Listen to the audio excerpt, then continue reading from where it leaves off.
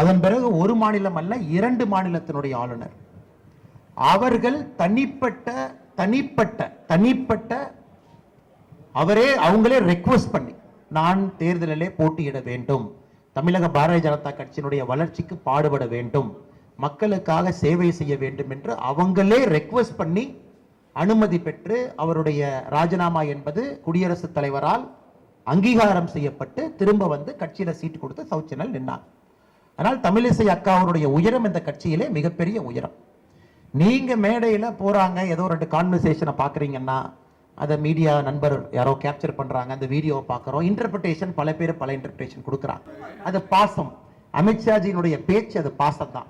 எங்ககிட்ட பேசினாலும் அப்படித்தான் பேசுவாங்க, எல்லாருக்கிட்ட பேசினாலும் அப்படித்தான் பேசுவாங்க. அமித்ஷாஜியை பொறுத்தவரை அது பாசம் மட்டும்தானே தவிர எங்கேயுமே கண்டிக்க மாட்டாங்க. காரணம், அவரும் இந்த கட்சியினுடைய காரியகர்த்தா. அதனால்தான் தமிழிசை அக்கா அவர்களை இன்று இல்லத்திற்கு சென்று நான் சந்தித்து விட்டு வந்தேன். இந்த கட்சியினுடைய வளர்ச்சிக்கு மிக முக்கியமான தலைவராக இருந்து கொண்டிருக்கின்றார், இருக்க போகின்றார். ஆனா இது ஒண்ணுமே இல்லை. முதல்ல வந்து அவங்க ஜூன் 14ஆம் தேதி அதை கொண்டாட வேண்டும் என்று தீர்மானிச்சாங்க. ஜூன் 14ஆம் தேதி போஸ்டர்லாம் அடிச்சாங்க, மேடையெல்லாம் போட்டாங்க. அப்புறம் யாரோ போய் முதலமைச்சர் சொன்னாங்க, அண்ணே போன வருஷம் ஜூன் 14ஆம் தேதி தான் செந்தில் பாலாஜி அரெஸ்ட் பண்ணாங்க, அரெஸ்ட் பண்ணி 1 வருஷம் ஆயிரும், அதனால ஜூன் 14ஆம் தேதி நம்ம கொண்டாடினா வேற மாதிரி ஆகி போயிடும் சொன்னதுக்கு அப்புறம் முதலமைச்சர் அவர்கள் சரிப்பா 15ஆம் தேதி வைங்கன்னு. அப்படித்தான் நாங்கள் இருக்கக்கூடிய முப்பெரும் விழாவே கோயம்புத்தூர் நடக்க போகுது 15ஆம் தேதி. ஈரோடு இடைத்தேர்தல் என்பது ஜனநாயகத்தை வந்து படுகொலியில தள்ளி ஒரு தேர்தல். பட்டி அடைத்து ஒரு அமைச்சரும் ஒரு தெருவு எடுத்துக்கிட்டு அது மக்களை வந்து விலைக்கு வாங்கி ஆட்டுப்பட்டியை போல் அந்த தேர்தல் நடந்துச்சு. எங்களுக்கு நிச்சயமாக தேர்தல் நடந்த விதம் எங்களுக்கு நிச்சயமாக அது நம்பிக்கை அளிக்கவில்லை. உள்துறை அமைச்சர் அமித்ஷாஜி அவர்களிடம் தொலைபேசியில் இன்று காலை பேசி அதன் பிறகு பாட்டாளி மக்கள் கட்சி நிற்க வேண்டும் என்று ஒரு மனதாக முடிவு செய்து அவங்க நிற்கிறாங்க. இந்த கூட்டணி வருகின்ற காலத்தில் இன்னும் பெரிதாவதற்கு விக்கிரவாண்டி இடைத்தேர்தலில் எப்படி இந்த கூட்டணி பாட்டாளி மக்கள் கட்சியை நாங்கள் முன்னிறுத்தி இருக்கின்றோம் என்பதே உங்களுக்கு ஒரு அரசியல் இலக்கணம். அதனால் நிச்சயமாக வெற்றி பெறுவோம் என்கின்ற நம்பிக்கை இருக்கு. காரணம், பல காரணங்கள். அப்படி இல்லைங்கன்னா நிச்சயமா அப்படி இல்லை. பாட்டாளி மக்கள் கட்சி பல முறை அங்கே நின்றுக்கிறாங்க, பாரதிய ஜனதா கட்சி நாங்களும் வேறு காலகட்டத்தில் நின்றுருக்கும். ஒரு கூட்டணியாக நிற்கும் பொழுது ஈகோக்கு இடம் இல்லைங்கன்னா முழுவதுமாக இணைந்து ஒருத்தரோட நிற்கணும் அப்படிங்கிறது. அது இந்த கூட்டணி பார்த்தீங்கன்னா திமுக போன்று 10 ஆண்டுகள் 15 ஆண்டுகள் அந்த கூட்டணி இல்லை. முதல் எலெக்ஷனை நாங்கள் சந்தித்திருப்பது 2024 ஜனவரி 2ஆம் தேதி முதல் விசிட் தமிழ்நாட்டுக்கு. அதே போல கேபினெட் இப்பதான் செட்டில் ஆயிருக்கு. மோடிஜி அவர்கள் G7 மாநாடு இட்டலி போயிட்டு வர்றாங்க. வந்த பிறகு உள்நாட்டுக்குள்ள நடக்கக்கூடிய ஒரு முக்கியமான நிகழ்வும் நம்ம ஊருக்கு வர்றதுக்கான வாய்ப்புகள் அதிகமா இருக்கு. நீங்க பாருங்க மம்தா பானர்ஜி அம்மா அவர்கள் நான் லைட் ஆஃப் பண்ணிக்கிறேன், குறிப்பாக மோடிஜி அவர்கள் பதவி இருக்கிற நாளைக்கு நான் லைட் ஆஃப் பண்ணி இது இருண்டு போனதை நான் காட்ட போறேன். நாட்டு மக்களுடைய வளர்ச்சிக்காக மோடிஜி 3.0 கேபினெட் நமக்காக பணியாற்ற போது நம்முடைய தொண்டர்கள் எல்லாம் மிகுந்த உற்சாகத்தோடு விமான நிலையத்தில் நம்முடைய பாரதிய ஜனதா கட்சியினுடைய அலுவலகத்தில் மிகுந்த உற்சாகத்தோடு வந்து தங்களுடைய அன்பை பரிமாறி இருக்கின்றார். எங்களுக்கு மற்றற்ற மகிழ்ச்சி. 2 முக்கியமான பொறுப்புகள், முக்கியமான துறைகள் நம்முடைய அமைச்சர் அண்ணன் முருகன் அவர்கள் கையில் இருக்கு. இன்ஃபர்மேஷன் அண்ட் பிராட்காஸ்டிங், இதற்கு முன்பு அவங்க அமைச்சராக இருந்தாங்க, மறுபடியும் கன்டினியூ பண்றாங்க. இன்னைக்கு பாராளுமன்ற துறையினுடைய அமைச்சராகவும் பொறுப்பேற்றிருக்கிறாங்க, புதிய பொறுப்பது. அதனால் எங்களுக்கு ஒரு பெரிய நம்பிக்கை. அந்த பக்கம் 39 எம்பிக்கள் இருந்தாலும் கூட தமிழக மக்களுடைய ஆக்கப்பூர்வமான பிரச்சனைகளை எல்லாம் சொல்லி அதற்கு ஆக்கப்பூர்வமான தீர்வை கொடுக்கக்கூடிய ஒரே ஒரு மனிதராக அண்ணன் டாக்டர் எல் முருகன் அவர்கள் தொடர்ந்து இருக்க போறாங்க. அது அடுத்த 5 ஆண்டு காலம் நீங்க பார்க்க போறீங்க. அதனால் இந்த நிகழ்வுக்கு வந்திருக்கக்கூடிய எல்லா பத்திரிகை நண்பர்களுக்கும் இந்த நேரத்தில் எங்களுடைய நன்றிகளை தெரிவித்துக் கொள்கின்றோம். அதே நேரத்தில் உங்களுடைய கேள்விகள் அதை நாங்கள் எடுக்கிறோம். ஆங்கில பத்திரிகையாளர் இருக்கிறீங்க, உங்களுக்கு எந்த அளவுக்கு ஆடியோ வருதுன்னு தெரியல, பட் நாங்கள் இந்த மாதிரி பேசுறோம்னா பிக் பண்ணி தேங்க்யூ கேளுங்க.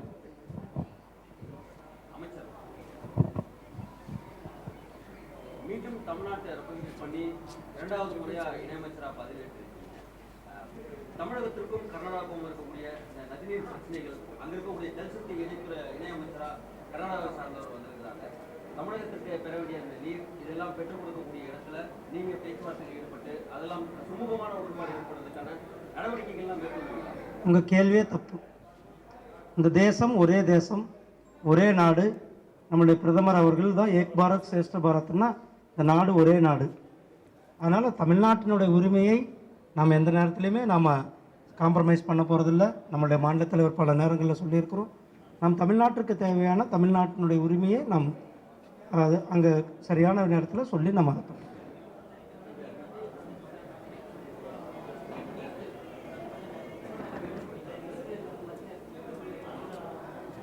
நீட் தேர்வை பொறுத்தளவுக்கு உச்சநீதிமன்றத்தில் நேற்று ஜட்ஜ்மெண்ட் வந்திருக்கிறது. அந்த ஜட்ஜ்மெண்ட் படி அந்த மாணவர்களுக்கு அவர்களை இது பண்ண சொல்லியிருக்காங்க. அதே நேரத்தில் நீங்கள் பாருங்கள், தமிழ்நாட்டிலிருந்து இன்றைக்கு நீட்டில் எவ்வளோ பேர் பாஸ் பண்ணி போகிறாங்க. இதுக்கு முன்னாடி சாதாரண மக்கள்லாம் நீட்டுக்கு போக முடியாமல், அந்த மருத்துவக் கல்லூரிக்கு போக முடியாமல் இருந்தார். ஆனால் இன்றைக்கு நீட் தேர்வு வந்த பிறகு மாணவர்கள் அதிக அளவில், குறிப்பாக தமிழ்நாட்டிலிருந்து தான் இந்திய அளவில் அதிகமாக பேர் தேர்ச்சி பெற்று போய் கொண்டிருக்கிறதை நாம் பார்த்து கொண்டிருக்கோம்.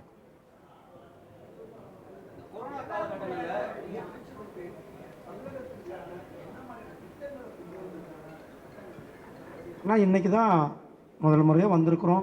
நம்மளுடைய பிரதமர் அவர்கள் 100 நாள் செயல் திட்டம் ஒவ்வொரு டிபார்ட்மெண்ட்லேருந்தும் அது வாங்கியிருக்கிறாங்க, ஒவ்வொரு டிபார்ட்மெண்ட்டுக்கு கொடுத்துருக்குறாங்க. நீங்கள் ஒன்று மட்டும் மனசில் வச்சுக்கோங்க, கடந்த 10 வருஷம் தமிழ்நாட்டுக்கு மட்டுமே 11 லட்சம் கோடி ரூபாய் தமிழ்நாட்டினுடைய வளர்ச்சிக்காக நம்மளுடைய பிரதமர் அவர்கள் கொடுத்துருக்கிறார். தமிழ்நாட்டிலிருந்து எம்பிக்கள் கிடையாது. அப்பையும் கூட தமிழ்நாட்டினுடைய வளர்ச்சி, தமிழ்நாட்டினுடைய முன்னேற்றத்தை மட்டுமே கருத்தில் கொண்டு தமிழர்கள் மேலே ஒரு அலாதி பிரியம் வைத்திருக்கின்ற பிரதமர் அவர்கள் தமிழ்நாட்டுக்கு மட்டும் 11 லட்சம் கோடி ரூபாய் கொடுத்திருக்கிறார்கள். இந்த வளர்ச்சி இன்னும் தொடரும். கொரோனா காலகட்டத்தில் பத்திரிகையாளர்களுக்கும் இந்த மூத்த குடிமக்களுக்குமான அந்த ரயில்வே பாஸ் கட்டாச்சு. நம்மளுடைய துறையுடைய அமைச்சராக இருக்கீங்க, மீண்டும் பத்திரிகையாளர்களுக்கு அந்த ரயில்வே பாஸை பெற்றுத் தருவதற்கான நடவடிக்கைகள் கொரோனா நேரத்தில் தான் ஒவ்வொரு நான் சொல்லக்கூடாது, ஒவ்வொரு பத்திரிகையாளருடைய குடும்பம், அதாவது தவறி போனவங்களுக்கு 5 லட்சம் ரூபாய் நாம் நிதி கொடுத்தோம். அதே போல் அவங்க ஏதாவது ஆக்சிடெண்ட் ஏதாவது மாதிரி ஆனால் கூட அவர்களுக்கு 2 லட்சம் ரூபாய் மருத்துவ செலவுக்கு தொடர்ந்து மத்திய அரசாங்கம் நம்முடைய பிரதமர் அவர்கள் கொடுத்து கொண்டிருக்கிறார்கள். உங்களுடைய ரயில்வே பாஸ் சொல்லியிருக்கோம், ரயில்வே அமைச்சர்களுடைய கவனத்திற்கு நாங்கள் எடுத்துக்கோம்.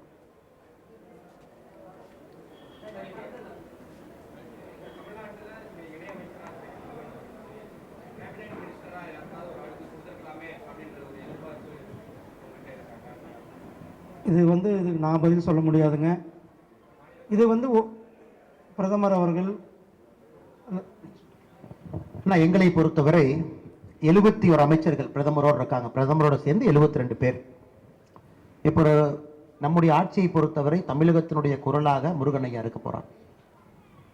பிரதமர் தமிழகத்திற்கு வரும்பொழுது முருகனையா கூட இருக்க போறாங்க. அதனால் ஒரு கேபினெட் மந்திரியாக என்ன வேலை செய்ய வேண்டுமோ அதை முழுமையாக நம்முடைய அமைச்சர் முருகன் ஐயா அவர்கள் செய்வதை நீங்க பார்க்க போறீங்க. நம்பர் 1. இரண்டாவது, காங்கிரஸ் அரசுக்கும் நமக்கும் ஒரு பெரிய வித்தியாசம் இருக்கு. ஒரு cabinet minister of state independent charge, minister of state, ஒரு ரொம்ப ரிஜிட்டான ஒரு ஸ்ட்ரக்சர் அப்படிலாம் நம்முடைய அமைச்சர் வேலை இல்லைங்கண்ணா. பிரதமர் பேசும்பொழுது நீங்க பாக்குறீங்க, எல்லா அமைச்சரையும் சமமாகத்தான் பார்க்கறாங்க. அதான் நம்ம பிரதமருடைய கிரேட் குவாலிட்டி. எல்லா அமைச்சரும் சமமாக இந்தியாவை ஏதோ ஒரு பகுதியிலிருந்து ரெப்ரசென்ட் பண்றாங்க. ஆனால் எங்களை பொறுத்தவரை cabinet, minister of state independent, minister of state அப்படிங்கிறத நாங்கள் பார்க்க போறது கிடையாது. முருகன் ஐயா அவர்கள் 2 ஆண்டு காலம் இதற்கு முன்பு அமைச்சரா, 3 ஆண்டு காலம் 2021 ஜூலையிலிருந்து 2024 தேர்தலுக்கு முன்பு அவருடைய செயல்பாட்டை பார்த்திருக்கிறேன். 11 லட்சம் கோடி ரூபாய் ஒரு எம்பி அப்ப நம்முடைய கூட்டணி கட்சி சார்பாக இருந்தாங்க. 11 லட்சம் கோடி எத்தனை மாநிலங்களுக்கு 10 ஆண்டுகள்ல வந்திருக்குன்னு நீங்க பாருங்க. சில மாநிலங்கள்ல 3 கேபினெட் மந்திரிகள் இருக்கலாம், இன்னைக்கும் சில மாநிலங்கள்ல 3 கேபினெட் மந்திரி இருக்கிறாங்க. ஆனால் தமிழகத்தை பொறுத்தவரை எப்பொழுதுமே கடந்த 3 ஆண்டு காலமாக அமைச்சர் முருகன் அவர்கள் இணைப்பு பாலமா இருந்திருக்கிறாங்க. அடுத்த 5 ஆண்டு காலம் இணைப்பு பாலமா இருக்க போறாங்க. ஆனால் எங்களுக்குள்ள இந்த வேற்றுமையை எப்பொழுதும் நாங்கள் பார்த்தது கிடையாது, பார்க்க போவதும் கிடையாது. கோயம்புத்தூர் தொகுதியை திமுக கைப்பற்றிருக்குன்னு சொல்லி கோயம்புத்தூர்ல ஒரு வெற்றி விழாவை கொடிசியால பெருசா கொண்டாடுறதுக்கு திமுக முனைப்பு காட்டுறது. இந்த சூழலை எப்படி பார்க்கிறீங்க நீங்க? அங்க வேட்பாளராக இருந்தும் பாஜகவோட மாநில தலைவராக இருந்து அதை எப்படி பார்க்கிறீங்க உங்களோட பார்வையில்? ஆனா இது ஒண்ணுமே இல்லை. முதல்ல அவங்க ஜூன் 14ஆம் தேதி அதை கொண்டாட வேண்டும் என்று தீர்மானிச்சாங்க. ஜூன் 14ஆம் தேதினு போஸ்டர்லாம் அடிச்சாங்க, மேடையெல்லாம் போட்டாங்க. அப்புறம் யாரோ போய் முதலமைச்சர் சொன்னாங்க, அண்ணே போன வருஷம் ஜூன் 14ஆம் தேதி தான் செந்தில் பாலாஜி அரெஸ்ட் பண்ணாங்க, அரெஸ்ட் பண்ணி 1 வருஷம் ஆயிரும், அதனால ஜூன் 14ஆம் தேதி நம்ம கொண்டாடினா வேற மாதிரி ஆகி போயிடுறேன்னு சொன்னதுக்கு அப்புறம் முதலமைச்சர் அவர்கள் சரிப்பா 15ஆம் தேதி வைங்கன்னு. அப்படித்தான் நாங்கள் இருக்கக்கூடிய முப்பெரும் விழாவே கோயம்புத்தூர் நடக்க போகுது 15ஆம் தேதி. ஆனால் எங்களை பொறுத்தவரை நீங்க பாக்குறீங்க, அதாவது இன்னைக்கு முதலமைச்சர் அங்க போலாம், இவங்க எல்லாம் போலாம், நாங்கள் முப்பெரும் விழா அங்க எடுக்க போறோம் அப்படின்னு ஆரம்பிச்ச சகுனமே பாத்தீங்கன்னா தவறான சகுனம். ஜூன் 14 இருந்து 15க்கு மாறி இருக்கு. கோயம்புத்தூர் நகரத்தினுடைய வளர்ச்சி, அந்த பகுதியினுடைய வளர்ச்சியை நசுக்குனதே திமுக தான். அதை நம்ம தொடர்ந்து பிரச்சாரத்துல பேசணும், ஆதாரப்பூர்வ அடிப்படையில் பேசணும், மின்சார கட்டணத்திலிருந்து பல விஷயங்களை பேசணும். குறிப்பாக சிறுவாணி தண்ணிக்கு இன்னைக்கு பிரச்சனை இருக்கு. எலெக்ஷன் காலகட்டத்தில் பார்த்தீங்கன்னா சிறுவாணி தண்ணியே இல்லாம மக்கள் குடத்தை வச்சு ஆர்ப்பாட்டம் பண்ண வேண்டிய சூழ்நிலை. அதற்கு காரணம் திமுக. அந்த அணை கட்டுவதிலிருந்து ஏற்படக்கூடிய பிரச்சனை எல்லாம் நாம பேசணும். அதனால கோயம்புத்தூர் மக்களுக்கு தெரியும், கோயம்புத்தூருடைய வளர்ச்சிக்கு எதிராக திமுக இருந்திருக்கிறாங்க. அவங்களுக்கு தெரியும் இன்னைக்கு ஏடிஎம்கேவை பொறுத்த வரைக்கும் கம்மியான வாக்கு வாங்கி இருந்தனால இன்னைக்கு திமுக ஜெயிச்சிருக்கிறாங்க. அதனால இந்த வெற்றி என்பது திமுகவுக்கு நிரந்தரம் கிடையாது. 2026 சட்டமன்றத்தில் பார்ப்பீங்க, பாரதிய ஜனதா கட்சி எங்களுடைய கூட்டணி கோயம்புத்தூர் மாவட்டத்தில் இருக்கக்கூடிய 6 காரும் நாங்கள் அதை மக்களிடம் கைப்பற்றுவோம், அன்போடு அதை கைப்பற்றுவோம், மக்கள் எங்களுக்கு அதை கொடுப்பாங்க அப்படிங்கிற நம்பிக்கை இருக்கு. அதுவரை இவங்க அந்த விழாலாம் எடுத்துக்கலாம். அது வந்து ஒரு தற்காலிக கொண்டாட்டமாகத்தான் நான் பார்க்கின்றேன். விக்கிரவாண்டி இடைத்தேர்தல் என்பது எப்பொழுதுமே தமிழ்நாட்டில் ஆளுங்கட்சி தொடர்ச்சியாக வெற்றி பெற்றுட்டே இருக்கும். இடைத்தேர்தலாம் விக்கிரவாண்டியோட இடைத்தேர்தலில் பாஜகவோட கூட்டணியில் பாமக இருக்கிறாங்க. எப்படி இருக்கும் வெற்றி வாய்ப்பு நீங்க கருதுறீங்க? எங்களை பொறுத்தவரை இது ஈரோட்டில் நடந்த இடைத்தேர்தல் போல் இருக்கக்கூடாது என்பது எங்களுடைய வேண்டுகோள், தேர்தல் ஆணையத்துக்கும் கூட. ஈரோடு இடைத்தேர்தல் என்பது ஜனநாயகத்தை வந்து படுகொலியில தள்ளி ஒரு தேர்தல். பட்டி அடைத்து ஒரு அமைச்சரும் ஒரு தெருவு எடுத்துக்கிட்டு அது மக்களை வந்து விலைக்கு வாங்கி ஆட்டுப்பட்டியை போல் அந்த தேர்தல் நடந்துச்சு. எங்களுக்கு நிச்சயமாக தேர்தல் நடந்த விதம் எங்களுக்கு நிச்சயமாக அது நம்பிக்கை அளிக்கவில்லை. இந்த முறை நம்முடைய தேசிய ஜனநாயக கூட்டணியில முக்கிய அங்கமாக இருக்கக்கூடிய பாட்டாளி மக்கள் கட்சி அவர்கள் அங்கே நிற்கின்றார்கள். நாங்கள் எல்லோரும் ஒருமனதாக ஆதரவு கொடுத்து களத்தில் நிற்கப் போகின்றோம், போராடப் போகின்றோம். அதனால் தேர்தல் ஆணையம் மிக கடுமையாக இந்த தேர்தலை நடத்தணும். தமிழ்நாட்டில் வந்து பை எலெக்ஷனாவே பணம் ஆறாக போகும் என்பதை குறிப்பாக விக்கிரவாண்டி இடைத்தேர்தல் அது பொய்யாக்க வேண்டும் என்பது எங்களுடைய ஆசை. அதனால் எலெக்ஷன் கமிஷன், குறிப்பாக மாநிலத்தினுடைய தேர்தல் ஆணையம், ஏன்னா உங்களுக்கு பார்த்தீங்கன்னா இது முழுவதுமாக மாநில தேர்தல் ஆணையம் நடத்துறது. அதே கலெக்டர் இருப்பாங்க, அதே எஸ்பி இருப்பாங்க. இதை நேர்மையாக நடத்த வேண்டும் என்பது எங்களுடைய நோக்கம், எண்ணம். அதனால் பொறுத்திருந்து பார்ப்பங்கண்ணா. ஆனால் ஒரு தேர்தலுமே வெற்றிக்காக நாங்கள் போகக்கூடிய தேர்தல் தான். இதற்கு முன்பு பாட்டாளி மக்கள் கட்சி அங்கே நல்ல ஓட்டு வாங்கியிருக்கிறாங்க. 2024 பாராளுமன்ற தேர்தல் எங்கள் கூட்டணியும் நல்ல வாக்கு வாங்கியிருக்கிறோம். நீங்க பார்த்தீங்கன்னா எல்லா தலைவர்களும் சேர்ந்து எடுத்த முடிவு. நீங்க அந்த அறிக்கையை படிச்சீங்களான்னு தெரியல நண்பர் அவர். எல்லா தலைவர்களும் ஒன்றாக பேசி இந்த கூட்டணி எவ்வளவு பலமா இருக்கு அப்படிங்கிறது அந்த தேர்தல் அறிக்கையிலே நீங்க பார்த்திருப்பீங்க. எல்லா தலைவர்களும் பேசி, எல்லா தலைவர்களும் முடிவு செய்து, கடைசியாக எங்களுடைய தேசிய தலைவர் திரு ஜே பி நட்டாஜி அவர்களிடம், உள்துறை அமைச்சர் அமித்ஷாஜி அவர்களிடம் தொலைபேசியில் இன்று காலை பேசி, அதன் பிறகு பாட்டாளி மக்கள் கட்சி நிற்க வேண்டும் என்று ஒரு மனதாக முடிவு செய்து அவங்க நிற்கிறாங்க. இந்த கூட்டணி வருகின்ற காலத்தில் இன்னும் பெரிதாவதற்கு விக்கிரவாண்டி இடைத்தேர்தலில் எப்படி இந்த கூட்டணி பாட்டாளி மக்கள் கட்சியை நாங்கள் முன்னிறுத்தி இருக்கின்றோம் என்பதே உங்களுக்கு ஒரு அரசியல் இலக்கணம். அதனால் நிச்சயமாக வெற்றி பெறுவோம் என்கின்ற நம்பிக்கை இருக்கு. காரணம், பல காரணங்கள். இப்ப 40 ஜெயிச்சிருக்கலாம். அதே இது வந்து இடைத்தேர்தலில் பிரதிபலிக்குமா? ஒத்துக்கிறேன். இடைத்தேர்தல் 86% இந்தியாவில் ஆளுங்கட்சி தான் ஜெயிச்சிருக்காங்க. சரித்திரத்தை எடுத்து பார்த்தீங்கன்னா 86% ஆளுங்கட்சிக்கு சாதகமா இருக்கு. ஆனா எப்பொழுதுமே அரசியல்ல மாற்றம் எப்பொழுது வேண்டுமானாலும் நடக்கலாம். அதனால் நாங்கள் நம்பிக்கையோடு போராட போகின்றோம்.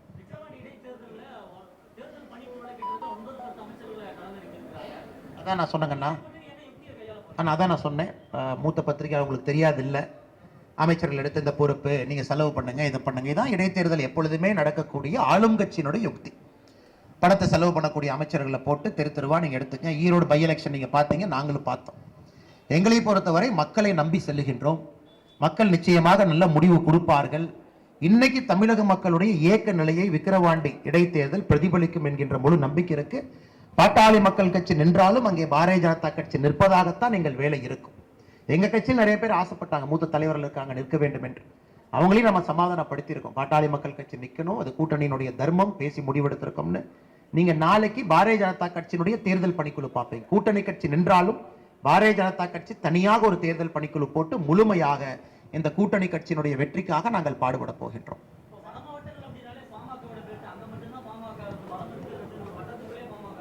அப்படி இல்லைங்கன்னா, நிச்சயமா அப்படி இல்லை. பாட்டாளி மக்கள் கட்சி பல முறை அங்கே நின்றுருக்கிறாங்க.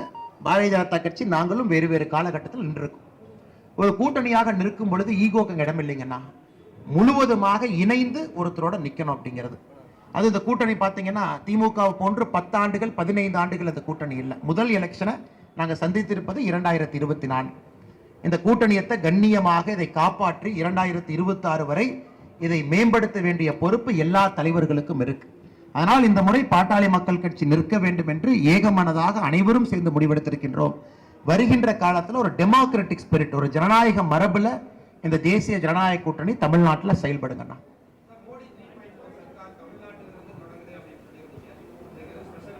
இது இல்லை, நீங்க காலையில இருந்து செய்தி நிறைய போடுறீங்கன்னா மோடிஜி அவர்கள் தமிழகத்திற்கு வர்றாங்கன்னு. இது அதிகாரப்பூர்வமாக ஒரு கட்சியின் சார்பாக நான் அறிவித்தால் சரியாக இருக்காது. நாளைக்கு உங்களுக்கு அதிகாரப்பூர்வமான அறிவிப்பு வரும். 2024 ஜனவரி 2ஆம் தேதி முதல் விசிட் தமிழ்நாட்டுக்கு. அதே போல கேபினெட் இப்பதான் செட்டில் ஆயிருக்கு. மோடிஜி அவர்கள் G7 மாநாடு இட்டலி போயிட்டு வர்றாங்க.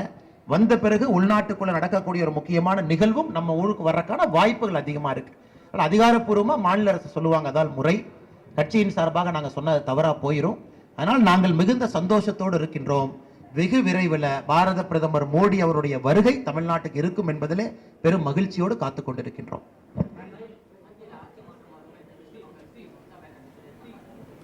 நீங்க பாருங்க அண்ணா, நீங்க பாருங்க, மம்தா பானர்ஜி அம்மா அவர்கள் நான் லைட் ஆஃப் பண்ணிக்கிறேன், குறிப்பாக மோடிஜி அவர்கள் பதவி இருக்கிற நாளைக்கு நான் லைட் ஆஃப் பண்ணி இது இருண்டு போனதை நான் காட்ட போறேன். இவர்கள் ஜனநாயக முறையிலே தேர்தலை வெல்லவில்லை அப்படின்னு மம்தா பானர்ஜி அவங்க ஸ்டேட்மெண்ட் கொடுத்தாங்க. நீங்க பார்த்தீங்க, நாங்க எல்லாரும் பார்த்தோம். ஆனா அதே இடத்துல காங்கிரஸ் கட்சியினுடைய தலைவராக இருக்கக்கூடிய மல்லிகார்ஜுன் கார்கே அவர்கள் நம்முடைய மோடி ஐயாவுடைய பதவியேற்பு விழா, முருகன் ஐயாவுடைய பதவியேற்பு விழாவுக்கு மல்லிகார்ஜுன கார்கே அவங்க அந்த பதவியேற்பு விழாவுக்கு வந்தாங்க. இந்தியாவுக்கு சுட்டி இருக்கக்கூடிய அண்டை நாடுகள் எல்லா தலைவர்களும் வந்தாங்க. ஏன் நீங்க எல்லாம் சொல்றீங்களே, பாருங்க நமக்கு இந்த நாட்டோட பிரச்சனை இருக்கு, மாலடீவ்ஸோட பிரச்சனை இருக்கு, அந்த நாட்டினுடைய அதிபர் உட்பட எல்லா தலைவர்களும் வந்து கலந்து கொண்டு அற்புதமான ஜனநாயக நிகழ்வு. அதனால் நிச்சயமாக 5 ஆண்டுகள் நம்முடைய கூட்டணி வலிமையாக இருக்கும். 5 ஆண்டுகள் மோடி அவர்கள் பிரதமராக இன்னும் பலமாக இருப்பார்கள். நீங்க பிரதமர் அதே 100 டே பிளான் அமைச்சர் சொன்னாங்க. தேர்தலுக்கு முன்பு 100 டே பிளான் சொன்னோம், இன்னைக்கு 100 டே பிளான். அதே வேகத்தோடு இருக்கின்றோம். எங்களுடைய வேகம் எங்கேயும் குறையவில்லை. காரணம், நாட்டு மக்களுடைய வளர்ச்சிக்காக மோடிஜி 3.0 கேபினெட் நமக்காக பணியாற்ற போது. கடைசி கேள்வி எடுத்துக்கலாம்.